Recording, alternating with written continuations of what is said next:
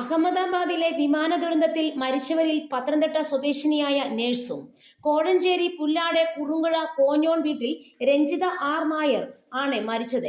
ഒമാനിൽ നേഴ്സായിരുന്ന രഞ്ജിതയ്ക്ക് ഒരു വർഷം മുമ്പ് UK-യിൽ ജോലി ലഭിച്ചിരുന്നു.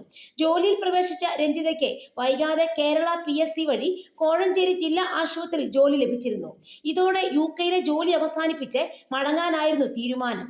ഇതിന്റെ ഭാഗമായാണ് 4 ദിവസത്തെ എമർജൻസി ലീവിന് നാട്ടിൽ വന്നത്. റീലീവിംഗ് ലെറ്റർ വാങ്ങി ലണ്ടനിൽ നിന്നും തിരികെ വരാനായിരുന്നു പദ്ധതി. എന്നാൽ ലണ്ടനിലേക്ക് പോകാനായി കൊച്ചിയിൽ നിന്ന് ഇന്നലെയാണ് രഞ്ജിത അഹമ്മദാബാദിലേക്ക് യാത്ര പുറപ്പെട്ടത്. അഹമ്മദാബാദിലെ ജനവാസ മേഖലയിൽ ഇന്ന് ഉച്ചയ്ക്കാണ് അപകടമുണ്ടായത്.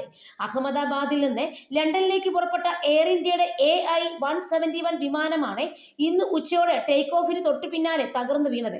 വിമാനത്തിൽ ഗുജറാത്ത് മുൻ മുഖ്യമന്ത്രി വിജയ് തൂബാണി ഉൾപ്പെടെ 230 യാത്രക്കാരും 12 ജീവനക്കാരുമാണ് ഉണ്ടായിരുന്നത്.